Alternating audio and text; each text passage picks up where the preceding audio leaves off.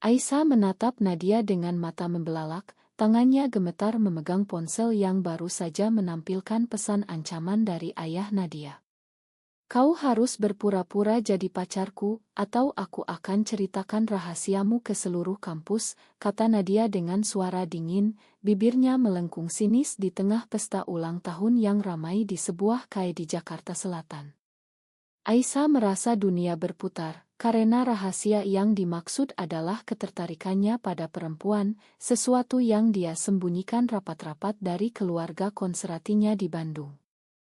Malam itu, Aisyah pulang ke apartemen kecilnya di kawasan Kemang dengan hati berdebar. Bagaimana bisa dia, mahasiswi semester akhir jurusan psikologi di Universitas Indonesia, terjebak dalam permainan gila ini? Nadia, gadis itu, adalah musuh bebuyutannya sejak tahun pertama kuliah. Mereka selalu bersaing ketat dalam nilai, proyek kelompok, bahkan posisi ketua organisasi mahasiswa. Nadia, dengan latar belakang keluarga kaya raya dari kalangan pengusaha properti, selalu tampak sempurna, rambut panjang hitam legam, mata tajam yang bisa menembus jiwa, dan senyum yang bisa menipu siapa saja. Tapi Aisyah tahu, di balik itu ada kelemahan. Ayah Nadia, seorang tokoh agama yang berpengaruh, menekan putrinya untuk segera menikah dengan anak temannya, seorang pemuda dari keluarga sama-sama berpengaruh. Nadia, yang ternyata memiliki rahasia serupa dengan Aisyah, memilih jalan pintas, memaksa Aisyah menjadi pacar palsu untuk mengelabui keluarganya. Pagi berikutnya, Aisyah bangun dengan kepala pusing. Dia ingat betul bagaimana semuanya dimulai. 2 minggu lalu, di sebuah pesta kampus, Aisyah mabuk dan tanpa sengaja mencium seorang teman perempuan di kamar mandi. Nadia, yang kebetulan berada di sana, merekamnya diam-diam. Ini bukti yang sempurna, gumam Nadia saat itu, matanya berkilat penuh kemenangan. Aisyah mencoba melawan, tapi Nadia lebih licik. Bayangkan kalau video ini sampai ke orang tuamu. Ayahmu yang guru agama di madrasah itu pasti akan hancur hati. Aisyah tahu risikonya. Di Indonesia, meski undang-undang tidak secara eksplisit melarang hubungan sesama jenis, masyarakat penuh dengan prasangka. Keluarganya yang taat beragama akan mengusirnya tanpa ampun. Dengan berat hati, Aisyah setuju. Mereka mulai berpura-pura. Pertama, Nadia mengajak Aisyah ke acara keluarga. Kau harus berakting sempurna, bisik Nadia saat mereka naik mobil mewah menuju rumah besar di Pondok Indah. Di sana, ayah Nadia, Pak Hadi, menyambut mereka dengan senyum lebar. Akhirnya Nadia punya pacar yang baik. Kapan nikahnya? Tanyanya sambil menepuk bahu Aisyah.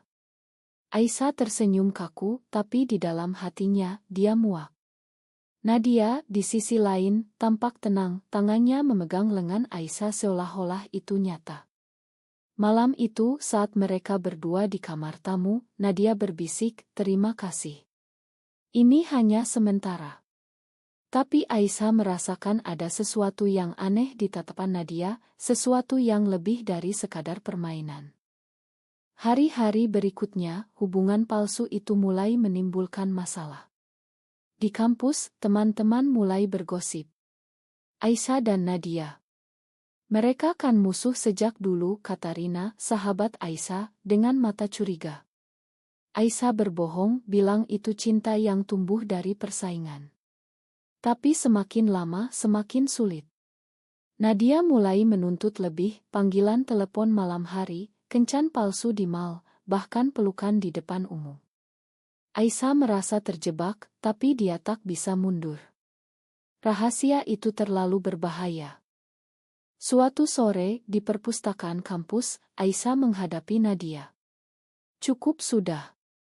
Hapus video itu sekarang," bentak Aisyah pelan. Nadia tersenyum tipis. "Belum waktunya. Ayahku masih curiga." Aisyah marah, tapi Nadia malah mendekat, wajahnya hanya beberapa senti dari Aisyah. "Kau tahu, berpura-pura ini mulai terasa nyata bagiku." Kata-kata itu seperti petir. Aisyah mundur, hatinya berdegup kencang. Apakah Nadia serius? Atau ini hanya trik lain? Malam itu, Aisyah tak bisa tidur. Dia ingat masa kecilnya di Bandung, di mana ayahnya selalu mengajarkan nilai-nilai agama yang ketat. Cinta harus antara laki-laki dan perempuan, katanya dulu. Aisyah pernah mencoba melawan perasaannya, berkencan dengan cowok, tapi selalu gagal. Sekarang dengan Nadia semuanya semakin rumit. Apakah ini hukuman atas rahasianya? Keesokan harinya, masalah semakin besar. Ibu Aisyah menelepon dari Bandung. Aku dengar kau punya pacar perempuan. Apa benar? Tanyanya dengan suara khawatir. Aisyah panik. Bagaimana ibunya tahu? Ternyata foto mereka di media sosial bocor. Nadia yang mengunggahnya tanpa izin. Ini untuk meyakinkan ayahku, jelas Nadia saat Aisyah marah besar. Tapi kau merusak hidupku, jerit Aisyah. Nadia diam, matanya menunjukkan penyesalan pertama kali. Konflik mulai memuncak. Aisyah mulai meragukan dirinya sendiri. Setiap kali bersama Nadia, ada getar aneh di hatinya. Apakah ini hanya karena tekanan, atau ada sesuatu yang lebih dalam? Nadia, di sisi lain, mulai membuka diri. Aku takut sendirian menghadapi ayahku, akunya suatu malam di Taman Monas. Dia ingin aku menikah dengan orang yang tak kucinta. Aisyah mendengarkan, dan untuk pertama kali, dia melihat kerapuhan di balik topeng Nadia. Tapi kemudian, pengkhianatan datang. Aisyah menemukan bahwa Nadia telah berbohong. Ide itu sebenarnya sudah dihapus sejak awal. Nadia hanya ingin mendekati Aisyah dengan cara ini. Kenapa? Tanya Aisyah dengan air mata. Nadia menjawab, karena aku jatuh cinta padamu sejak lama. Aisyah shock, tapi sebelum dia bisa bereaksi, ayah Nadia muncul di depan pintu apartemen mereka. Ayah Nadia, Pak Hadi, berdiri di ambang pintu dengan wajah merah padam. Apa yang kulihat ini? Kalian berdua. Bersama suaranya menggelegar, membuat Aisyah mundur ketakutan. Nadia langsung berdiri di depan Aisyah, mencoba melindunginya. Ayah, ini bukan apa-apa. Kami hanya teman. Tapi Pak Hadi tak percaya. Dia telah mendengar rumor dari teman-temannya di masjid bahwa putrinya terlibat dalam hubungan yang tidak wajar. Di Indonesia, di mana norma agama dan masyarakat sangat kuat, hal seperti ini bisa menghancurkan reputasi keluarga. Malam itu berubah menjadi mimpi buruk. Pak Hadi memaksa Nadia pulang bersamanya, meninggalkan Aisyah sendirian di apartemen. Aisyah duduk di lantai, air matanya mengalir deras. Bagaimana bisa semuanya menjadi seperti ini? Dia yang awalnya dipaksa, sekarang merasa kehilangan. Apakah dia mulai mencintai Nadia? Pikiran itu membuatnya gelisah. Dia menelepon Rina, sahabatnya, dan menceritakan semuanya. Kau gila, Aisyah. Ini berbahaya. Keluargamu tahu? Tanya Rina. Aisyah menggeleng, tapi dia tahu, cepat atau lambat, rahasia ini akan terbongkar. Keesokan paginya, Nadia muncul di kampus dengan mata bengkak. Ayah mengurungku di rumah semalam. Dia bilang akan kirim aku ke pesantren untuk disembuhkan, ceritanya pada Aisyah di sudut kantin. Aisyah terkejut. Pesantren. Itu berarti Nadia akan dipaksa mengikuti terapi konversi, sesuatu yang masih ada di beberapa tempat di Indonesia meski dikecam oleh aktivis hak asasi manusia. Aku tak mau pergi. Tolong aku, Aisyah, pinta Nadia, tangannya memegang tangan Aisyah erat. Untuk pertama kali, Aisyah melihat Nadia yang sebenarnya, seorang gadis yang rapuh, tertekan oleh ekspektasi keluarga. Aisyah ragu. Bagian dirinya ingin lari, tapi bagian lain ingin membantu. Baiklah, kita kabur sementara, katanya akhirnya. Mereka merencanakan pelarian ke Bali, tempat di mana mereka bisa bersembunyi sejenak. Tapi sebelum berangkat, Aisyah harus menghadapi keluarganya sendiri. Ibu menelepon lagi, kali ini dengan nada marah. "Pulang sekarang. Ayahmu sakit gara-gara rumor ini." Aisyah panik. Ayahnya, yang sudah tua, punya riwayat jantung. Apakah ini akibatnya? Dengan hati berat, Aisyah pulang ke Bandung. Di rumah sederhana di pinggiran kota, ayahnya terbaring lemah. "Benarkah kau?" "Seperti itu," tanyanya dengan suara pelan. Aisyah menangis, tak bisa bohong lagi. "Ya, Ayah. Maafkan aku." Ayahnya diam lama, lalu berkata, "Aku tak paham, tapi kau anakku. Jangan biarkan dunia menghancurkanmu." Kata-kata itu seperti obat, tapi juga beban. Aisyah kembali ke Jakarta dengan tekad baru, dia harus menghadapi semuanya. Sementara itu, Nadia semakin tertekan. Ayahnya memaksa bertemu dengan calon suami, seorang pemuda bernama Rea. "Ini untuk kebaikanmu," kata Pak Hadi. Nadia menolak, tapi Rea ternyata tahu rahasia Nadia. "Aku tak peduli. Kita bisa berpura-pura," katanya. Nadia marah, merasa dikhianati lagi. Dia menelepon Aisyah malam itu. "Aku tak tahan lagi. Mari kita akhiri ini dengan benar." Mereka bertemu di sebuah hotel kecil di Tamrin. Di sana, Nadia menceritakan masa lalunya, bagaimana dia pertama kali jatuh cinta pada perempuan saat SMA, tapi dipaksa bungkam oleh keluarga. "Kau adalah yang pertama yang membuatku ingin jujur," akunya. Aisyah mendengarkan, dan tanpa sadar, tangannya menyentuh wajah Nadia. Saat itu, ciuman pertama mereka terjadi, bukan karena paksaan, tapi karena perasaan yang tumbuh. Tapi kebahagiaan itu singkat. Pintu kamar terbuka, dan Rea muncul dengan ponsel merekam. "Pengkhianatan," jerit Rea.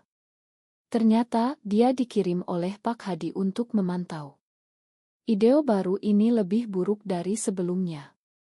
Nadia pucat, Aisyah marah. "Kenapa kau lakukan ini?" tanya Nadia pada Rea. "Karena aku ingin kau jadi milikku," jawabnya dingin. Konflik memuncak. Aisyah dan Nadia melarikan diri, tapi sekarang mereka diburu oleh keluarga Nadia. Di perjalanan ke Bali, dalam bus malam, Aisyah merenung. Apakah pilihan ini benar? Dia meninggalkan keluarganya, kampus, segalanya. Nadia tidur di bahunya, tampak damai. Tapi Aisyah tahu badai baru saja dimulai. Di Bali, mereka menyewa ila kecil di Ubud.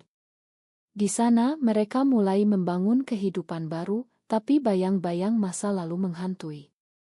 Suatu hari, Aisyah menerima pesan dari ibunya, "Pulanglah." Ayah semakin lemah. Aisyah ragu. Apakah dia harus kembali dan menghadapi semuanya, atau tetap bersembunyi?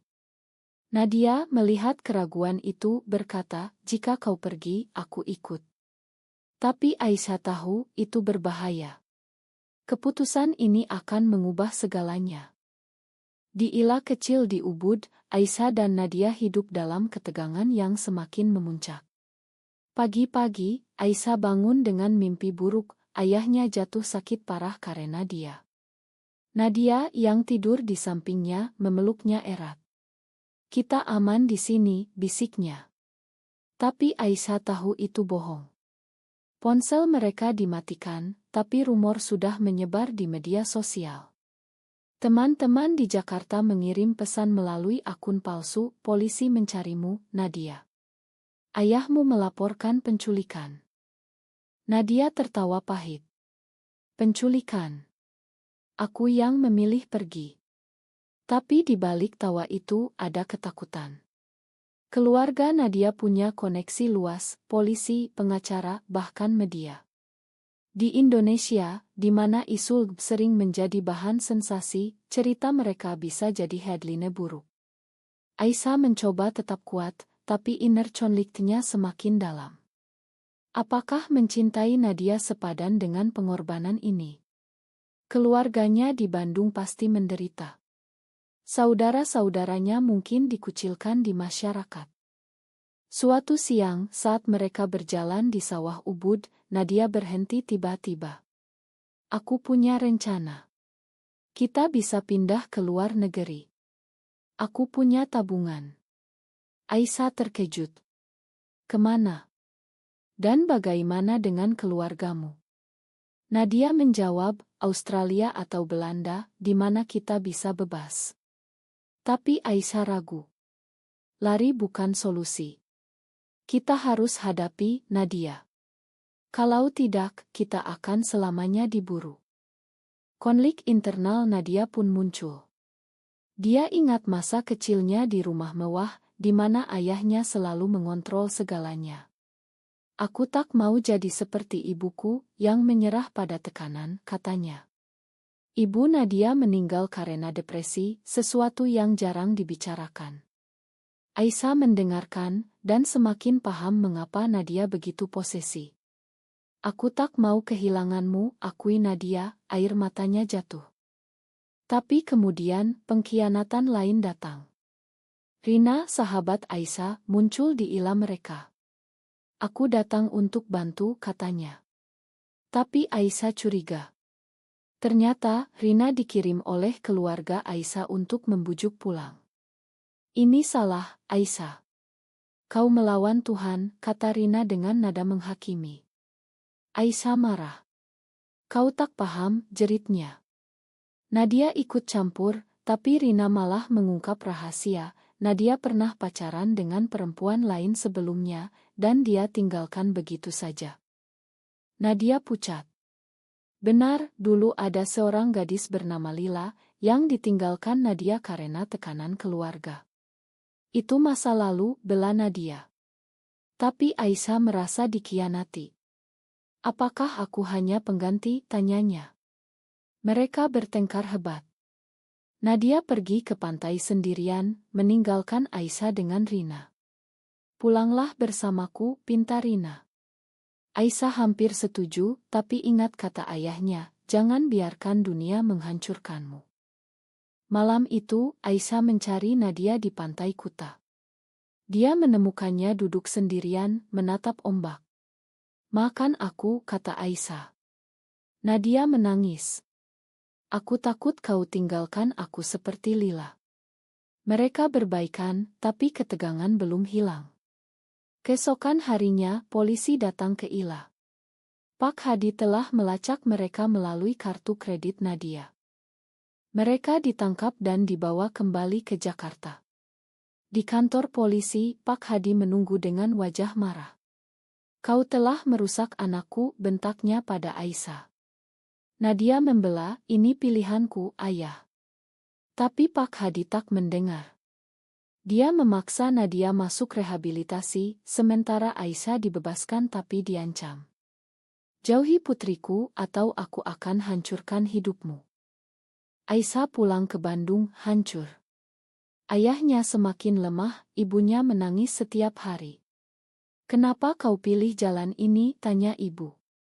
Aisyah menjawab, karena ini diriku, Bu. Tapi di hati, dia merindukan Nadia. Hari-hari berlalu dalam kesedihan. Aisyah mencoba fokus pada kuliah, tapi tak bisa.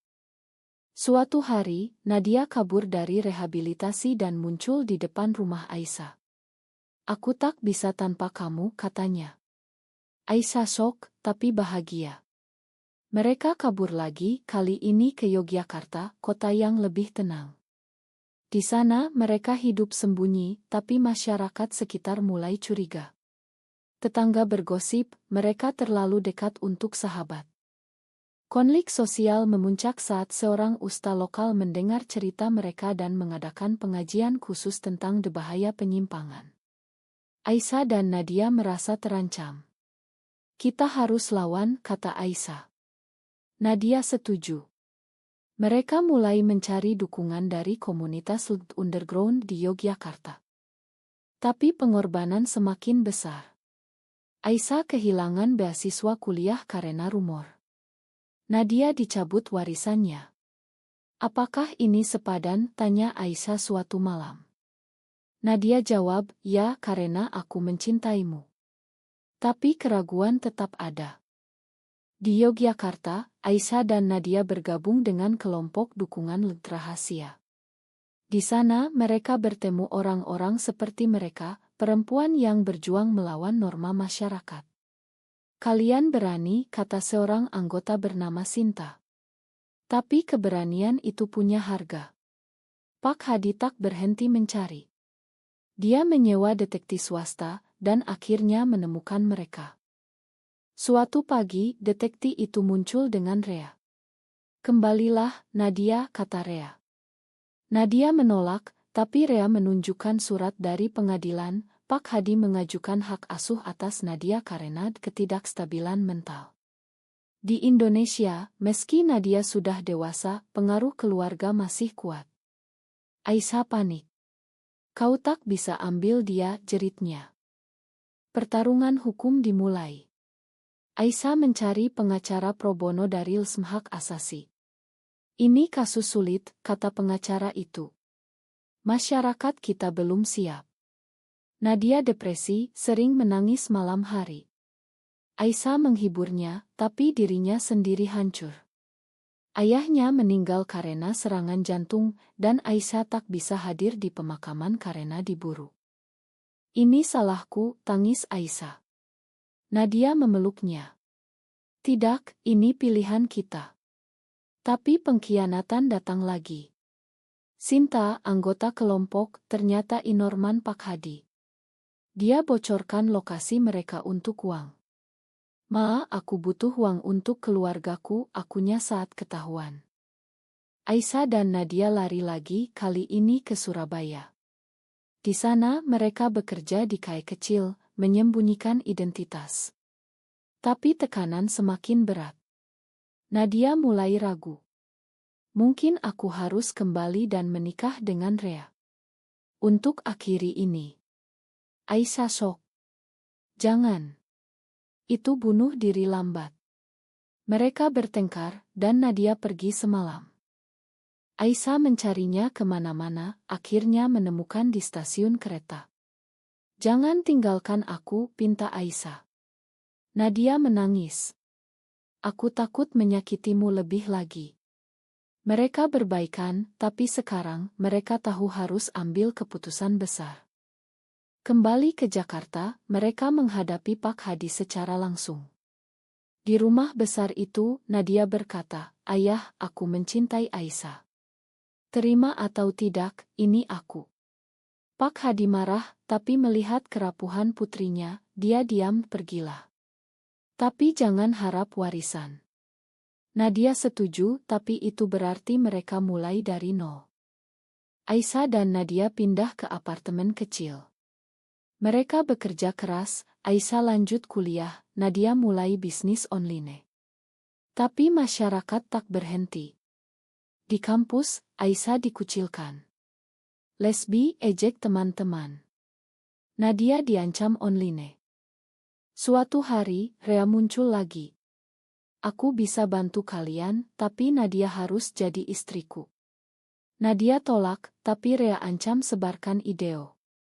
Aisyah marah, dan dalam amarah, dia pukul Rea. Polisi datang, Aisyah ditangkap. Di penjara, Aisyah merenung. Apakah semua ini benar? Nadia datang setiap hari, membawa makanan. Aku tak akan lepaskanmu, katanya. Setelah seminggu, Aisyah dibebaskan karena bukti lemah. Mereka semakin kuat, tapi luka tetap ada. Aisyah kehilangan teman, Nadia kehilangan keluarga. Apakah kita bahagia? Tanya Aisyah. Nadia jawab, ya karena kita bersama. Tahun berlalu, Aisyah dan Nadia hidup di Jakarta dengan hati-hati. Mereka punya pekerjaan stabil, Aisyah sebagai psikolog, Nadia sebagai pengusaha kecil. Tapi bayang-bayang masa lalu tak pernah hilang. Suatu hari, Pak Hadi menelepon Nadia. Aku sakit. Pulanglah. Nadia ragu, tapi Aisyah dorong. Hadapi dia. Di rumah sakit, Pak Hadi lemah. Makan ayah, katanya. Aku takut kehilanganmu. Nadia menangis, memakan. Tapi Pak Hadi meninggal tak lama setelah itu. Nadia mewarisi sebagian harta, tapi dengan syarat, jangan publikasikan hubungannya. Nadia tolak syarat itu. Aku ingin hidup jujur. Mereka mulai aktif di komunitas LGBT, berbicara di seminar rahasia. Tapi risiko besar, ancaman dari kelompok radikal. Suatu malam, rumah mereka dilempari batu. Pergilah, penyimpang, teriak massa. Aisyah terluka, Nadia marah. Kita harus pindah negara. Tapi Aisyah tolak. Ini tanah air kita. Kita lawan. Konflik terakhir memuncak saat Rea kembali, kali ini dengan bukti baru. Aku punya ide lama. Serahkan Nadia atau aku sebarkan. Nadia memilih hadapi. Mereka laporkan Rea ke polisi atas pemerasan. Rea ditangkap, tapi masyarakat gaduh. Media menulis skandal lesbian di kalangan elite. Aisyah dan Nadia jadi sorotan. Di tengah badai, mereka saling dukung. Aku tak menyesal memilihmu, kata Aisyah. Nadia jawab, aku juga. Mereka menikah secara simbolis di komunitas, meski tak diakui negara. Tapi keraguan tetap, apakah perjuangan ini benar? Banyak yang terluka, keluarga, teman, diri sendiri. Akhirnya, mereka hidup damai, tapi dengan harga mahal. Apakah mencintai seseorang meski melawan norma masyarakat selalu merupakan pilihan yang benar, atau adakah saat di mana menyerah lebih bijak untuk menghindari lebih banyak penderitaan?